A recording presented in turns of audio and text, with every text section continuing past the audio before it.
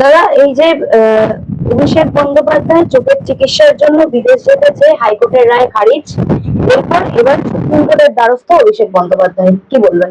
না দেখুন, আপনি কবেকার কথা বলছেন আমি জানি না। এই বিষয়ে সুপ্রিম কোর্ট কিন্তু মামলাটা হাইকোর্টে অলরেডি ফেরত চলে এসেছে, সেটা আমি আপনাকে গত সপ্তাহের কথা বলছি। এবং আমার ধারণা যে ওই যে বিচারপতির কাছে এই মামলাটা ছিল, বিচারপতি গত ভট্টাচার্য, উনি মামলাটা শুনবেন।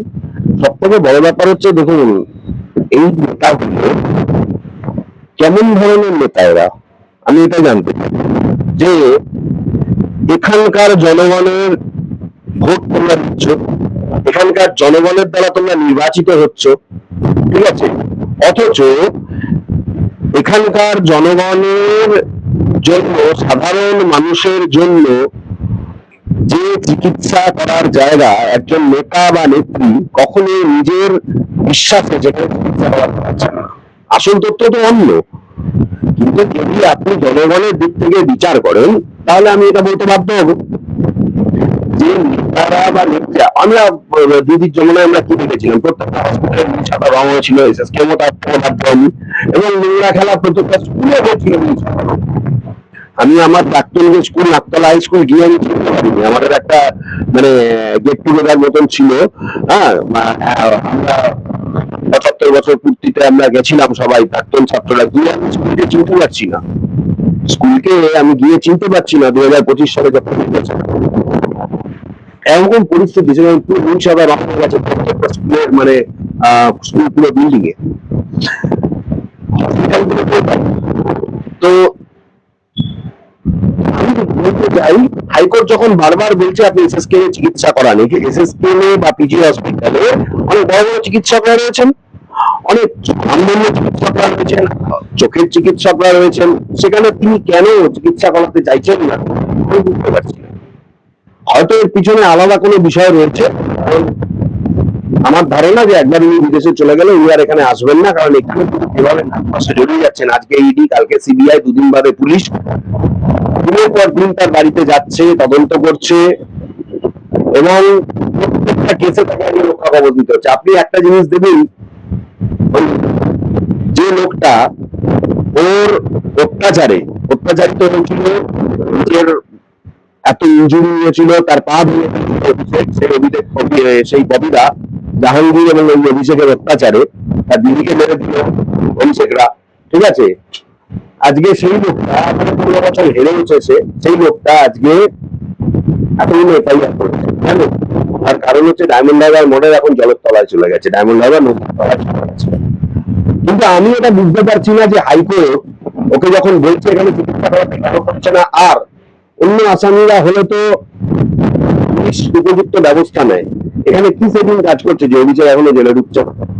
এটাও আমার মানে জানতে চাওয়া, যেটা আপনি বলতে পারেন যে প্রশাসনের কাছেও আমি আপনার মাধ্যমে প্রশ্নটা রাখছি। কারণ তার নামে এতগুলো দুর্নীতির অভিযোগ, আজকে তারা ক্ষমতাতেও নেই, তার জন্য তো সবকটা মামলাতে তার রক্ষা কবচও নেই। রক্ষা কবচ ওই যে কণ্ঠস্বরের কি হলো, সেই রিপোর্টটা কি কোর্টে জমা দিতে আদৌ, বা কি হয়েছে, আর এত তদন্ত প্রক্রিয়ার সময় লাগছে, এটা একটা প্রশ্ন চিহ্নের ব্যাপার। চিরকালই আমরা জানি যারা রাজনীতি করেন তাদের সাধারণ মানুষের বিচার আর তাদের বিচার সম্পূর্ণ আলাদা হয়, এবং তাদের যে বিচার হচ্ছে কখনো কখনো শেষও হয় না, আবার তারা অন্য দিক থেকে নিজেদেরকে বাঁচিয়ে নেন। আর এইসব লোক সাধারণ মানুষের নিয়ে, সাধারণ মানুষের টাকা পয়সা নিয়ে, সাধারণ মানুষের সঙ্গে জালিয়াতি করে, এমনকি সাধারণ মানুষের মানে স্বাস্থ্য, সাধারণ মানুষের সমস্ত কিছু সঙ্গে জালিয়াতি করেছে অভিষেক। সেবাশ্রয় স্কিমেই তো তার জেল হওয়া উচিত, কেন হবে? এই সেবাশ্রয় স্কিম অভিষেক বন্দ্যোপাধ্যায় চালু করেছে ডায়মন্ড হারবারে, কারণ ডায়মন্ড হারবার মডেল, ডায়মন্ড হারবারের বাইরে তো কোথাও, বা ডায়মন্ড হারবার আপনার এইটা হচ্ছে ফলটা এই সাইডটাই চালু হয়েছিল, মোটামুটি বলা যেতে পারে সাউথ 24 পরগনাস এর একটা জায়গা, ওর বাইরে কিন্তু সেবাশ্রয় স্কিম অন্যান্য জায়গায় চালু হয়নি। সুতরাং এইটা চালু করার জাহাঙ্গীর জেলে গেছে, ঠিক আছে, এবং এত এত এত পুলিশ তদন্ত করছে, ডাইরেক্ট পুলিশ কেন জেলে পড়ছে না, আমি এটা জানতে চাই। এই সমস্ত ক্রিমিনালদের বাইরে ছেড়ে রাখাটা ঠিক নয়, কারণ এরা সমাজের কীট। রাজ্যটাকে নষ্ট করে দিয়েছে এরা দিদিগুলো 15 বছর। আর এই যতদিন এখনো বাইরে থাকবে তার ধমক চমক এই সময় এখনো দিয়ে যাবে, যেগুলো বেসলেস, কিছু করতে পারবে না। আর সব থেকে বড় ব্যাপার হচ্ছে যে এখনোর অবস্থাটা, তবে ভালো লাগছে একটা জিনিস দেখে, এখনোর অবস্থাটা ওই সার্কাসের জোকারের মতন। আজ হাইকোর্ট ছুটতে হচ্ছে, একদিন অন্তর অন্তর সিবিআই দপ্তরে হাজিরা দিতে হচ্ছে, তার বাড়িতে পুলিশ যাচ্ছে, তার বাড়ি থেকে সমস্ত লাউড স্পিকার খুলে নেওয়া হয়েছে, তার বাড়ি থেকে সিসিটিভি ক্যামেরা খুলে নেওয়া হয়েছে, খুলে নেওয়া হয়েছে। কলকাতা পুলিশ তার বাড়িতে যা যা জিনিস দিয়েছিল সব খুলে নিয়ে চলে গেছে। ব্যাপার না, তিনি বলে যাচ্ছেন না শান্তিনিকেতন বিল্ডিং এ পরপর দুবার কেএমসি নোটিশ আসার পরেও শান্তিনিকেতন বিল্ডিং এ হয়েছে। কার অঙ্গুলি হেলানে এখনো পর্যন্ত এই সমস্ত জিনিসের কোন রকম আমরা মানুষ যেটা চায়, মানুষ যেটা চেয়েছিল যে চিটিং গাছগুলো জেলে থাকবে, সেই জায়গাগুলো সেটিং হয়ে যাচ্ছে। তাহলে প্রাক্তন তৃণমূলের এটাও এখন ভাবার বিষয়। মমতা বন্দ্যোপাধ্যায় বিজেপিকে আক্রমণ অব্যাহত। তিনি ছাত্র আন্দোলন ও রাজনৈতিক পরিস্থিতি নিয়ে বিজেপি সরকারের বিরুদ্ধে তীব্র অভিযোগ তুলছেন। মমতা বন্দ্যোপাধ্যায়কে খারাপ করার চেষ্টা আমার নেই। মমতা বন্দ্যোপাধ্যায়ের মতো লড়াকু রাজনৈতিক নেতা, হ্যাঁ আমারই আপনার চ্যানেলে দেওয়া ইন্টারভিউ আমি বলেছিলাম তার যা রাজনৈতিক ব্রেন, এটা আমি এখনো বিশ্বাস করি। মমতা বন্দ্যোপাধ্যায় ইটসেলফ তার নিজের যা রাজনৈতিক ব্রেন, সেই রাজনৈতিক ব্রেনের সঙ্গে একমাত্রই ভারতবর্ষে নরেন্দ্র মোদী তুলনা করতে পারে। এছাড়া আশেপাশে আমি আর কোনো রাজনীতিককে এখনো পর্যন্ত দেখি না। মমতা বন্দ্যোপাধ্যায় এখনো বাউন্স ব্যাক করার ক্ষমতা রাখে। মমতা বন্দ্যোপাধ্যায় কি ছিল? মমতা বন্দ্যোপাধ্যায় পশ্চিমবঙ্গে কংগ্রেস বলা যেতে পারে, কংগ্রেসের কি ছিল পশ্চিমবঙ্গে? মমতা বন্দ্যোপাধ্যায় একমাত্র লড়াইটা দিয়েছিল সিপিএম এর বিরুদ্ধে কংগ্রেসের থেকে লড়ে। 21শে জুলাই যে ঘটনা, সেটা কংগ্রেসে থাকতে হয়েছিল। 21শে জুলাই কখনকার ঘটনা? এই যে মমতা বন্দ্যোপাধ্যায় 21শে জুলাই নিজের ঘটনা বলে চালায়, আদৌ সেটা নিজের কিছু ব্যাপার নয়। 21শে জুলাই যে গুলিটা চলেছিল জ্যোতি বসুর কথায়, মনীষ গুপ্ত এই মানে উনি তখন গুলি চালিয়েছিল, ঠিক আছে? তখন মনীষ গুপ্ত নাকি যেন নাম, যাই হোক, পরবর্তীকালে এই মমতা বন্দ্যোপাধ্যায় 21শে জুলাইকে একটা জায়গায় নিয়ে গেলেন এবং এই 21শে জুলাইকে কেন্দ্র করে কোটি কোটি টাকা, সরকারি টাকা আমরা লুট হতে দেখলাম 21শে জুলাইয়ের মানুষের নাম করে, 21শে জুলাইয়ের বিভিন্ন প্রচারের নাম করে। মমতা বন্দ্যোপাধ্যায় এখন বিজেপিকে গালি দিচ্ছেন, কিন্তু আপনারা ভুলে গেলে চলবে না, অটল বিহারী বাজপেয়ী এসে মমতা বন্দ্যোপাধ্যায়ের মায়ের পায়ে হাত দিয়ে প্রণাম করেছিলেন মমতা বন্দ্যোপাধ্যায়ের এই কালীঘাটের বাড়িতে। এটা যেন বিজেপি ভুলে না যায়, ফ্ল্যাশব্যাকটা ভুলে যাওয়া উচিত নয়। এবং অটল বিহারী বাজপেয়ী ভারতের ৬৫ প্রধানমন্ত্রী ছিলেন এবং বিজেপির তিনি প্রাণ পুরুষ বলা যেতে পারে একটা সময়কার। তার আগে বিজেপি থেকে কোনো প্রধানমন্ত্রী হননি নরেন্দ্র মোদী। এখন এই টার্মে 3 বছর আছেন, টার্মে আছেন। তো আমি আপনাকে এটাই বলবো, মমতা বন্দ্যোপাধ্যায় ভুলটা কোথায় করেছেন আমার যেটা ব্যক্তিগতভাবে মনে হয়, যখন সারা নেতৃত্ব চাইছে যে অভিষেককে দল থেকে বাদ দাও, তখন তিনি অভিষেককে এখনো পর্যন্ত, কেন কি সেটা রক্তের টান বলে? এটা রক্তের টান থাকতেই পারে, কিন্তু রাজনীতিতে রক্তের টান আসলে সেটা যে অন্য লোকের পক্ষে বা অন্য রাজনৈতিক যারা মমতা বন্দ্যোপাধ্যায়ের সঙ্গে দলটা করেছেন, যারা মমতা বন্দ্যোপাধ্যায়ের সঙ্গে লড়াইটা করেছেন, আমি কার নাম বাদ করবো? মদনপুত্র বলুন, আপনার মারা গেছে, সুযোগটা ছিলেন, ঠিক আছে, তিনি অবশ্য ছিলেন আজীবন মমতা বন্দ্যোপাধ্যায় সাহেব, তিনি মারা গেছেন। যারা রাজনীতিটা করেছেন মমতা বন্দ্যোপাধ্যায়ের সাথে, ব্যানার্জি বহুদিনের মানে অনেক দিনের ছিলেন, সুদীপ বন্দ্যোপাধ্যায়, কল্যাণ ব্যানার্জি, কল্যাণ ব্যানার্জিও প্রকাশ্যে বলেছিলেন। এবং দিদিকে তিনি আপনারা দেখেছেন 21শে জুলাই নিয়ে দিদি এবং কল্যাণ ব্যানার্জির মধ্যে কিরকম একটা তরজা তৈরি হয়েছিল, আমরা সবাই সেটা দেখেছি।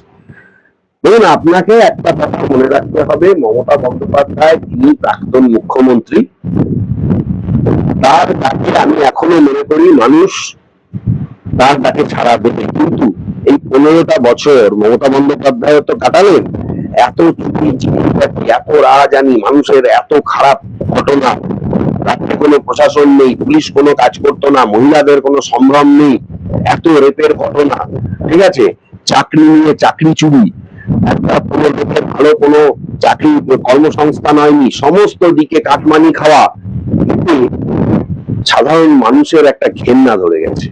মমতা বন্দ্যোপাধ্যায় সেই জন্যই কিন্তু হেরে গেছে। ঠিক আছে, সাধারণ মানুষ ওই ক্রস করতে পারেনি, তারা ভোট দিয়েছে সঠিকভাবে। আর তৃণমূল আগের টার্মেই হেরে যেত, এই সময় কিছু জায়গায় ম্যানিপুলেশন করতে পেরেছিল বলে থেকে গেছিল। যেখানে যেখানে ওই সময়ও কেন্দ্রীয় বাহিনী দিয়ে ভোট হয়েছিল তৃণমূল হেরে। আর নির্বাচন তো কোনো হওয়ার কোনো সুযোগই ছিল না। এসআইআর করে যারা অবৈধ তাদের নাম বাদ দিয়েছিল, ঠিক অবৈধ আমি বলবো না, এটার মধ্যেও অনেক ব্যাপার রয়েছে, ঠিক ভোটের আগেই এসআইআর করেছিল। কিন্তু তা সত্ত্বেও তৃণমূলের জেতা বা না জেতা এটার উপরে একটা এফেক্ট কিন্তু আসতো না। কিন্তু ওই যে মমতা বন্দ্যোপাধ্যায় কিছু কিছু কথা বলে দিলেন না ভোটের আগে, একটা কমিউনিটি আছে না, আমি যদি না থাকতাম 1 মিনিটে করে দিত, 1 মিনিটে আপনাদের শেষ করে দিত, হিন্দুদের শেষ করে দিত, কথা মমতা বলেছিলেন। তাহলে এই কমিউনিটির লোকরাও মমতা বন্দ্যোপাধ্যায়কে ভোটটা দিল, ওই মুসলিম কমিউনিটির লোকরাও মমতা বন্দ্যোপাধ্যায়কে ভোটটা দিল না। থ্যাঙ্কস, আপনাকে অসংখ্য ধন্যবাদ, আপনি এই কথাটা বলার জন্য। হিন্দুরা ঐক্যবদ্ধ হয়ে ভোটে রাখে এবং হিন্দুরা চোখ বুঝে আপনাকে হারিয়ে বিজেপিকে ভোট দিল।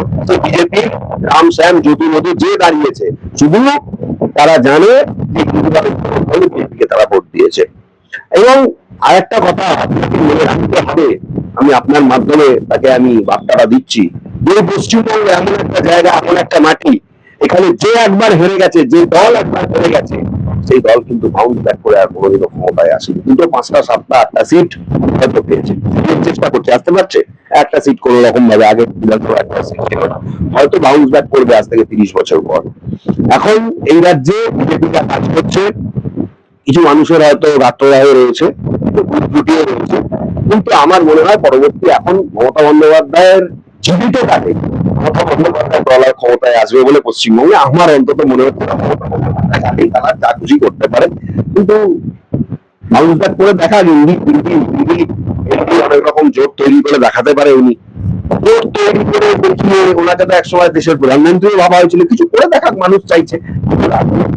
শব্দটাই আপনার চিৎকার চেঁচামেচি হলেও মানুষ যদি ভোট না হয়, সঠিক জায়গাতেই পড়বে।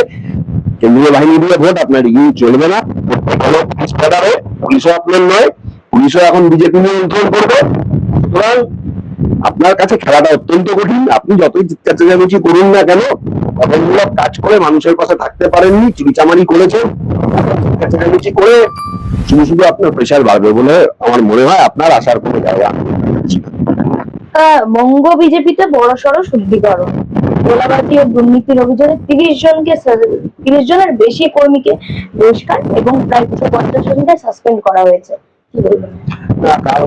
একটা খবর ছিল যে 30 জনকে সাসপেন্ড এবং 22 জনকে বহিষ্কার। আজকে সংখ্যাটা ভালো, শুদ্ধিকরণ হওয়া ভালো, কিন্তু শুদ্ধিকরণটা শুধুমাত্র বহিষ্কার বা সাসপেনশন কেন?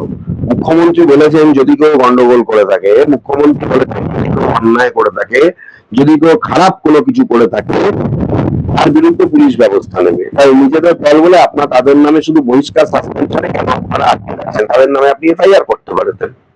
আমি এটাই যে আপনার এই জায়গায় কোথাও যেন আমার মনে হচ্ছে দেখানো, আবার এদেরকে হয়তো নিয়ে নেওয়া হবে। যাক, ভালো হবে, এটা করছে ভালো।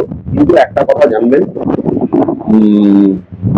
সেই হকারদের পেটে যে লাঠি মারা, হকার উচ্ছেদ, এই হকার ভাইরাও ভোট দিয়েছিল বিজেপিকে এবং এই হকারদের পাশে দাঁড়িয়ে বর্তমান যিনি মুখ্যমন্ত্রী, তিনি মমতা বন্দ্যোপাধ্যায় যখন হকার উচ্ছেদ করেছিলেন তখন বলেছিল যে আমরা থাকতে বিজেপি ক্ষমতা এলে একটা হকারও উচ্ছেদ হবে না, সেটা আপনার ক্যামেরায় তার করা আছে। আমি বলবো কোন বিরোধী যারা এমএলএ রয়েছেন তারা, আপনারা এইটা স্পিকারকে বলুন যে এটা একবার এই সেই লাইভটা দেখাতে, মুখ্যমন্ত্রী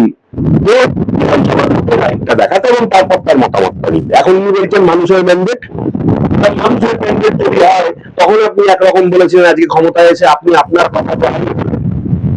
আমি বলবো আর একটা ব্যাপার হচ্ছে, বৃন্দাবন দিলে হাইকোর্ট অনেক জায়গায় ধাক্কা দিয়েছে, নট আপ টু ডেট, এটা আপনি দেখে নেবেন। 1 বছর কার্যত করা যাবে না। এবং ওই আরেকটা কি বিষয় বলেছে, 1 বছর জেলের জন্য হাইকোর্ট বা সুপ্রিম কোর্টে আবেদন করা যাবে না, এটা আনকনস্টিটিউশনাল, এটা আমারও মনে হয়েছে। এরকম আইন হতে পারে না। যত বড়ই সে গুন্ডা হোক তার অধিকার রয়েছে, কারণ দেশের আইন তাকে সেই অধিকার দিয়েছে। সেই জায়গায় হাইকোর্ট অনেকগুলো রেস্ট্রিকশনস দিয়েছে এবং হাইকোর্ট একটা কথা বলেছে যে এই আইন এখনো পর্যন্ত আইন হয়নি, রাষ্ট্রপতি সই হয়নি, সুতরাং এই মুহূর্তে এই আইনের বিষয়ে কোনো কথা হাইকোর্ট সেভাবে বলতে এই জনস্বার্থ, যেটা ভালো। তার মানে পরবর্তীকালে এই আইন আবার কোনো কিছু বলা বা এই আইন নিয়ে কোনো কিছু স্কোপ থেকে যাচ্ছে। কেন্দ্র সরকার আগামী সপ্তাহে বিদেশি অনুদান এফডিআর এর সংশোধনী বিল আনতে পারে, কি বলছেন? না, সেটা আসুক, বিদেশি অনুদান সংশোধনী বিল যদি আসে, দেখুন এইগুলোতে সাধারণ মানুষের একটা ভয়টা কোথায়, আগে যদি বিদেশি অনুদান সংশোধনী বিল আসে তাহলে সেটা আমাকে পড়তে হবে, আগে আসুক তারপরে এটা আলোচনা করা যাবে। কিন্তু এরকম না হয় যে প্রচুর পরিমাণে বিদেশি অনুদান আসলো, তারপর সেটা মিসইউজ হয়ে গেল, তারপর আমরা প্রশ্ন করতে বসলাম যে দেশের স্বরাষ্ট্রমন্ত্রী অমিত শাহ তার ছেলে জয় শাহ কি করে কয়েক হাজার কোটি টাকার মালিক হলো, ইন্ডাস্ট্রিয়ালিস্ট ছিল না। এরকম প্রশ্ন যেন মানুষকে করতে না হয়, সেটা চিন্তা ভাবনা করে দেখা উচিত।